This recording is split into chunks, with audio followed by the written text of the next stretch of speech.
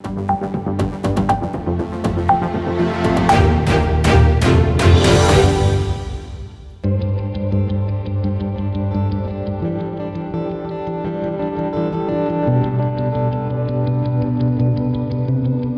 would have been 13 or 14 at the time, and we lobbied, we did a petition.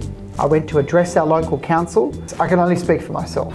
We've hit the ground running. We got a lot of programs and funding assisted through Multicultural New South Wales for festivals and events. Well, the New South Wales government certainly is supporting our international students. Over the last 12 months, we have seen 2 rounds of what's called the Social Isolation Grant Program. Last weekend, I made Rogan Josh.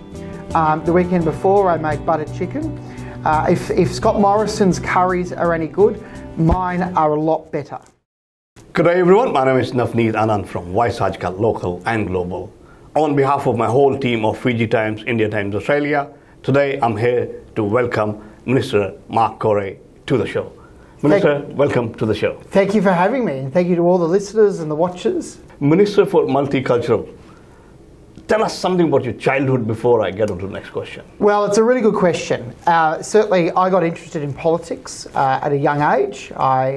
I was playing cricket with my friends in one of our local parks in my neck of the woods, in my community. And of course, we needed to get that cricket net, pitch, and the wire mesh upgraded. So we lobbied the council, and I would have been 13 or 14 at the time, and we lobbied, we did a petition. I went to address our local council, and that's what sparked an interest in politics. And then from there, I joined the Young Liberal Movement and the Liberal Party, got elected to that same council as a 22-year-old, and then got elected to State Parliament at 32. So wow. There you go. There has been change of 4 Minister of Multiculturals in the last 3-4 years. Has there been on the least priority on the list of ministers to continue with the same one? Well, no, far from it. I mean, you know, multiculturalism and the portfolio of multiculturalism is probably one of the most important in government. I mean, we are a very diverse community. We are 315 different nationalities, believing in 148 different religions and speaking over 215 different languages.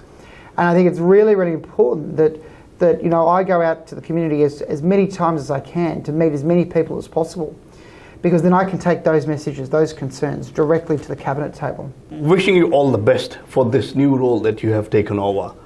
Would there be any different from the previous Minister of Multicultural versus you taking over the role?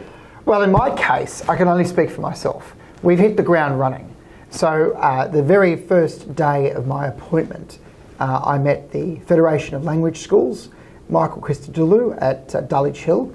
I mean, language schools play such an important role in our community.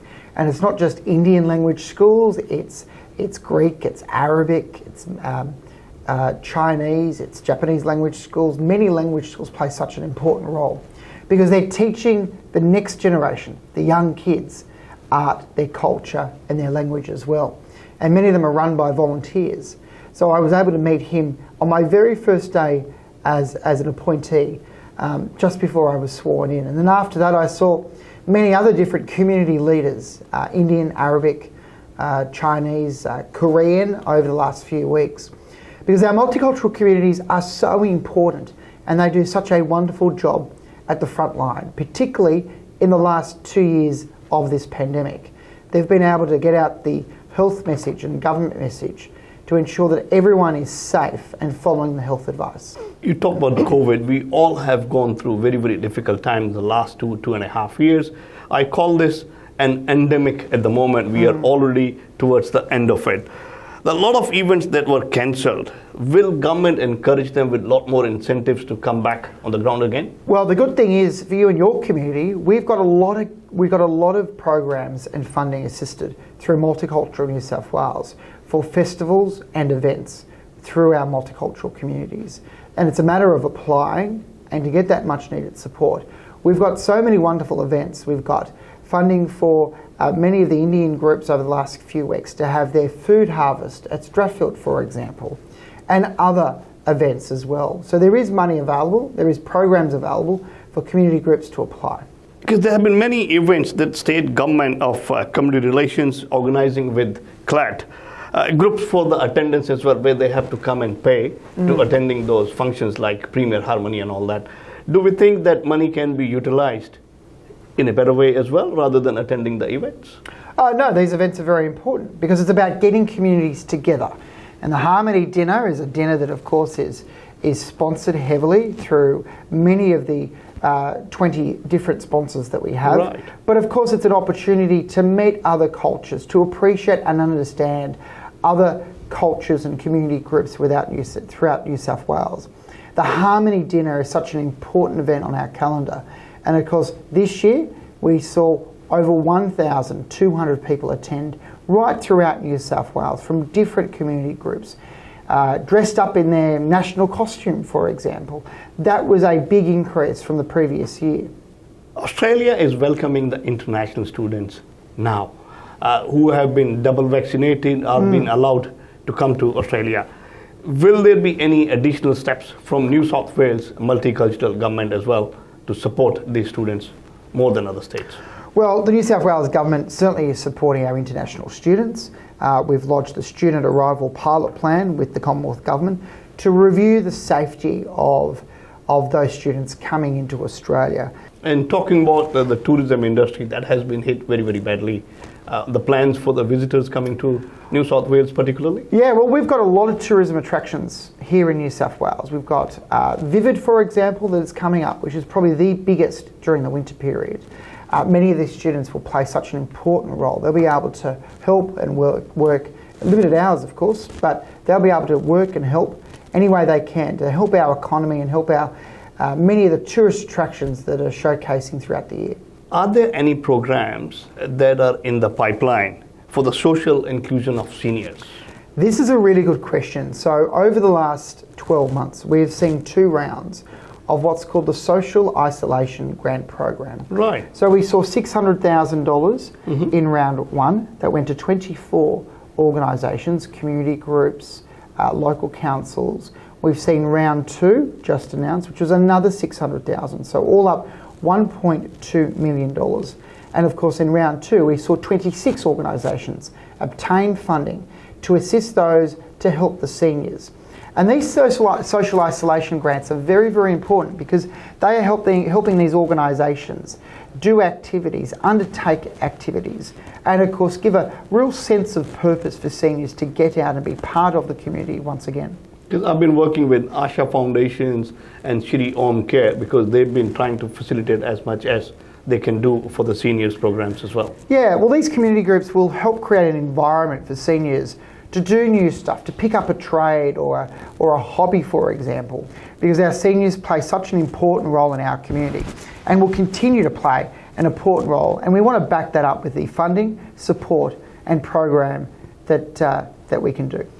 So what do you feel the biggest challenges your office is going to face in coming back to pre-COVID situations? Well, I think one of the biggest challenges is to ensure that our community groups, seniors, multicultural groups, are out there doing what they did before the pandemic started.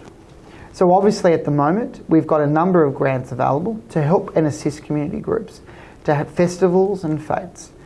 We have social isolation grants, but we also have community grants too, to ensure that no community group is left behind.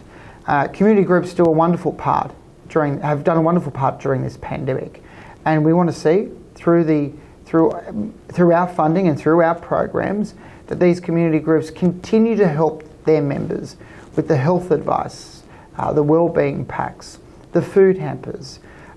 We saw a lot of material translated during this pandemic.